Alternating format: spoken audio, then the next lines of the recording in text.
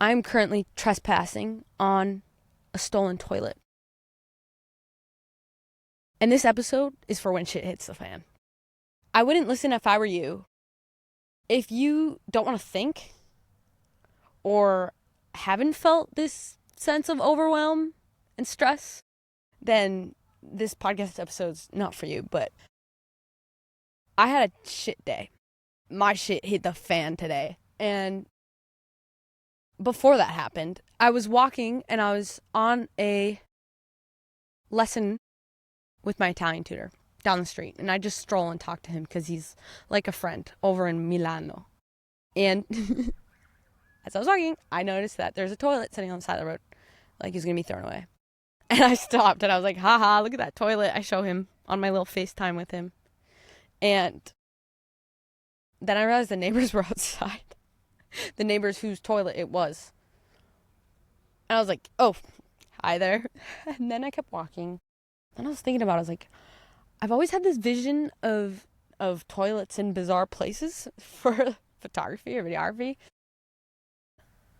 So I'm walking a couple steps further, and then I'm like, oh, they already saw me. I might as well ask. I was just like, hey, do you mind if I steal your toilet later today? Can I come pick this up? They were like, what? Oh, what are you talking about? I could see it in their eyes. And I was like, okay, listen. I'm a photographer. And then I explained my vision. I'm like, yeah, I mean, I don't want the toilet anymore. Okay, so that happened. And then my to-do list, way too long. And I have things I gotta do today. But I could not for the life of me work on anything. I actually just started crying. Hence, my shit hit the fan today. For real. I could not work I tried for like an hour. I just tried to ignore that I was crying and just kept trying to work. And it just wasn't working. And I just felt this overwhelm. And I don't know why I feel this way. Nothing completely ticked me off, but it's probably been the multitude of issues I've been dealing with in a week and a half, I'm leaving to go get my second knee surgery to fix the latest ACL fuck up by my last surgeon. So, and I'm assuming there's probably some more meniscus tears and I'll probably lose all my muscle again. So facing that is tough, and I'm going back to Minnesota for at least 5 months, which is sad because I've finally made a couple friends here in Florida, and work is really good here in Florida, and I just have to get up and go. And business is really hard. Owning a business is really hard. I stopped and I tried to recover for like 40 minutes. I was just like, what's wrong? I tried to meditate. I tried to write stuff down. And then I was like, I want to film a podcast episode on the toilet. That vision actually came to mind. And now we're here. And now, listen, your execution to idea gap has to be so little. Like, when the ideas hit, you just gotta send it and make the ideas happen. I found great results that way. And now we got here, but what do I say next? No, honestly, just when I get into the sadness like that or just overwhelm, I know I'm not alone. And I just kind of actually wanted to discuss some of the ways in which we can deal with that overwhelm and work through it together, because that was 2 hours ago for me. So it's fresh. I know it's relevant for others as well at this moment. The world is really heavy. There's so much that's unknown in this moment. And I think I'd rather leap into that unknown than be afraid of it and let my anxiety take over. When I am in it deep, sadness, my anxiety in those rabbit holes that I mentioned, there are a few things that I really try to do to ground me and that bring me back to the present. And I'm going to save my number one best for the last.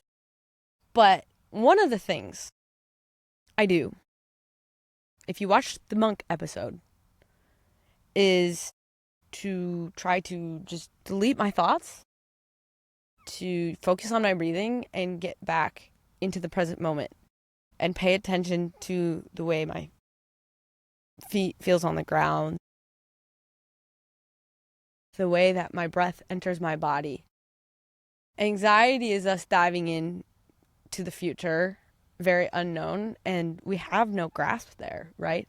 So you have to find a way to get back to the present moment. And this is for you if you're dealing with it, but if you're also around someone who's dealing with anxiety. My nurse, who woke me up from my first surgery, and I woke up with a panic attack, she went through this exercise with me. Okay, said, sit with me, pay attention. Can you hear my voice? Can you hear my voice? I want you to nod your head if you can hear my voice. Okay, good. Can you feel my hand? Can you feel my hand rubbing your hand? Just tell me if you can feel that. Just nod your head if you can feel that. And okay, now take a deep breath with me. It took her a couple tries because I didn't want to listen. I was trying to refuse taking a deep breath with her. And then she was like, okay. And she got me to breathe with her. And all that strategy is to help ground someone back in the present moment. And you can do it for yourself as well. So you just have to start paying attention. You have to just try to stop that thought train that's going on and breathe. Okay. Another thing that I love to do is just zoom out. Big picture. This moment, today, the way I'm feeling right now, it is not my life. And it's easy to feel really consumed by it all. You kind of reflect on it a few months later. It's it wasn't that bad. It wasn't that bad. But then you're suddenly back in this state of severe sadness or anxiety. And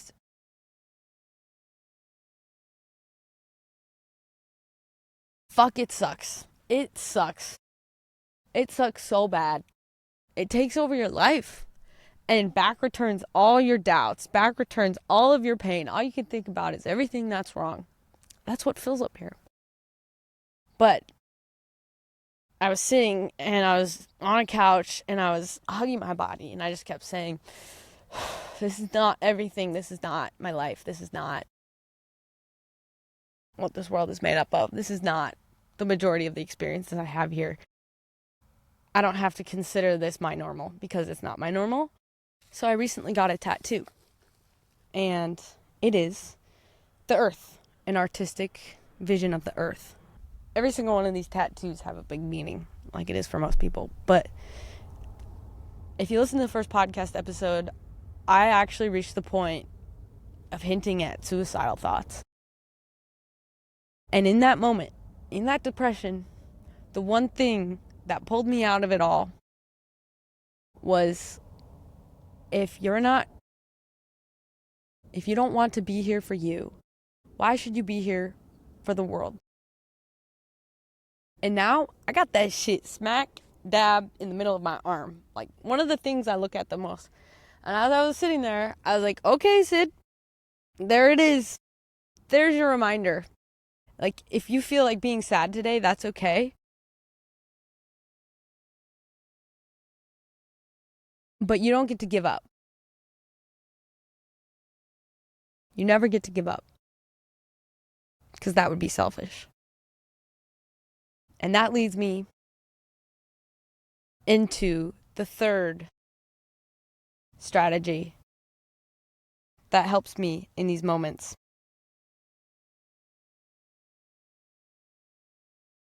Let art take over. If you can, let creation take over. For me, the idea for this episode came. And just like that, I was like, okay, I got things to do. I'm done being sad for now. I'm going to go put this energy, this sad energy, into something. If nobody listens, I don't care. If nobody sees it, I don't care. The idea is not to be productive, but the idea is to channel that sadness in a way that might feel more useful or might give you more purpose, I guess is what I'm trying to say. And so this episode is that. And in the first episode, when I said first time, I had thoughts like that. And the first time I thought, I don't want to be here, the thing that pulled me out was a short film idea. And immediately I whipped out a notebook and I wrote down, I was like, this is how I'm feeling. These are the things I want to convey to the world because I know I'm not alone and I want to put this somewhere. You got to get your pain outside of your body. You have to share your pain, not over and over again. Don't tear your friends and your family down, but you have to express. You have to express it. Or it's just going to be bottled up. And that anxiety and that stress is going to be inside of you. And before you know it, you're going to want to blow. And you don't really want to reach that point. But it's not easy at all to talk about this and to share this and put this on the freaking internet. Nope. I mean, it helps that I don't have an immediate audience around me now. I'm literally talking to a camera. But damn. It's a lot easier when you reach a point of I don't care. The issue is, when you're in moments like this, and when you're in business, is you mistake your perception for the truth of the world.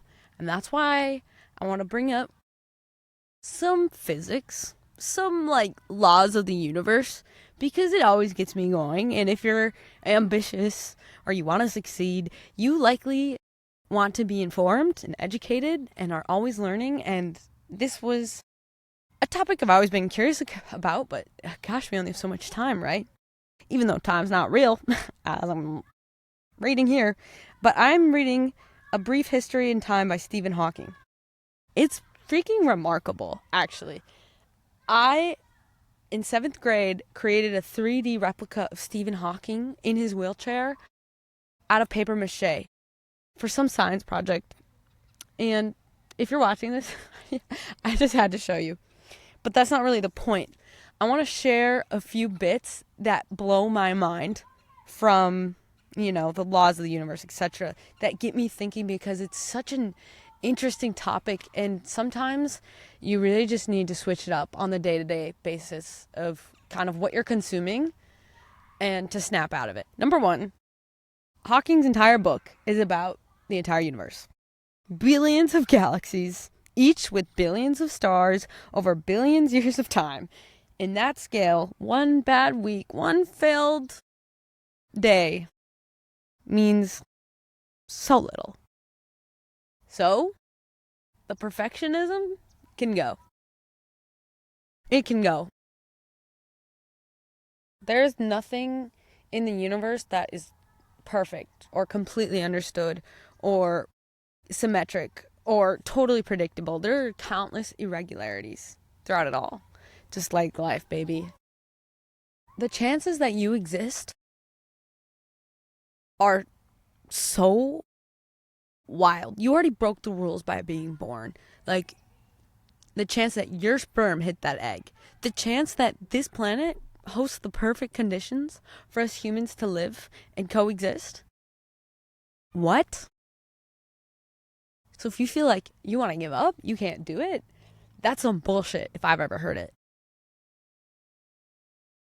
The fact that you're here in itself is magic. Keep shooting big, but you gotta take your detours. You gotta figure out what to do when things go wrong. It's gonna come, If you were expecting an easy path, that took all the fun out of the challenge. You gotta enjoy this journey.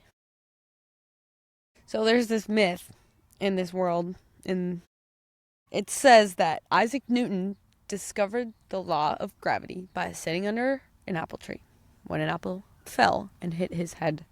In that instant, suddenly he realized that the same force that keeps me sitting on the ground, that keeps the moon around the Earth that keeps the Earth in orbit around the sun. It does bring up a great point that some of your best ideas will come in passing, will come when you're not thinking about it.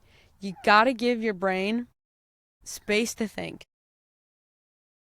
You gotta go take a walk. You gotta go be mindless. You gotta go paint something and let the creative solutions come to you. It is my best solutions, my best ideas have come from that same place. In this book, they discuss the beginning of the universe. Okay. Then we all know of 3D things. What does 4D even mean? What is the fourth dimension? I was watching a video by Neil deGrasse Tyson, and the way he explained it just put it into picture, because there used to be this idea that space and time were kind of separate or their own thing, and they were like exact and forever existing on their own or whatever. But there's actually a conjunction of those two things. And so he explained the fourth dimension as this. I want to meet you tomorrow, and we'll meet at the building on the corner of 7th Street and West Avenue. Okay? And I'll meet you on the 10th floor of the building. There you go. There's the 3D. There's the 3 coordinates we need. So I'll see you. I'll see you then. But what are you missing? How? I'm actually not going to meet you because there's one piece of information missing, which is time. I'll meet you at 4 p.m. And that's the fourth dimension. So I don't know. I was mind blown by that explanation. It's wild because time feels like it's flying. I don't know. I think that's just incredibly mind blowing. The fact that astronauts experience time differently in space than they do on the ground. Space is not independent of gravity. They coexist. It's crazy. And if you've ever seen Interstellar, those ideas are played out in that movie as well, which is so sick. Okay, these are some other tangible things, just to get you thinking. Earth spins at 1,000 miles per hour at the equator. And the Earth orbits the sun at 67,000 miles per hour. Everything that you can see, the stars, planets, it's only about 5% of the universe. And the rest, 27%, is around dark matter, so they say. And 68% is dark energy, whatever that means. Because the majority of reality is fundamentally unknown. There are more stars than grains of sand on Earth. Estimated stars in the observable universe, 200 sextillion. That is 3, 6, 9, 12, 15, 18, 21. That's 23 zeros before the 2, after the 2. The light you see is time travel. The sun is 8 minutes in the past. The light that we see from the sun is 8 minutes in the past. The nearest star that we can see is 4 years in the past. Also, we're all just made up of the same elements on the periodic table of elements. Like, everything that exists on this planet are just different combinations of those elements. What do you mean? Stay sharp, y'all. I don't know. This is really hard to understand, but whoo. That's probably why I fall asleep after like 2 pages, because I can't read anymore. If you want a bigger life, you need to expand your understanding of reality. So upgrade your thinking or stay stuck in the way you feel. That is all. That is all for the podcast today. Make sure to send it to a friend. Peace. Bye.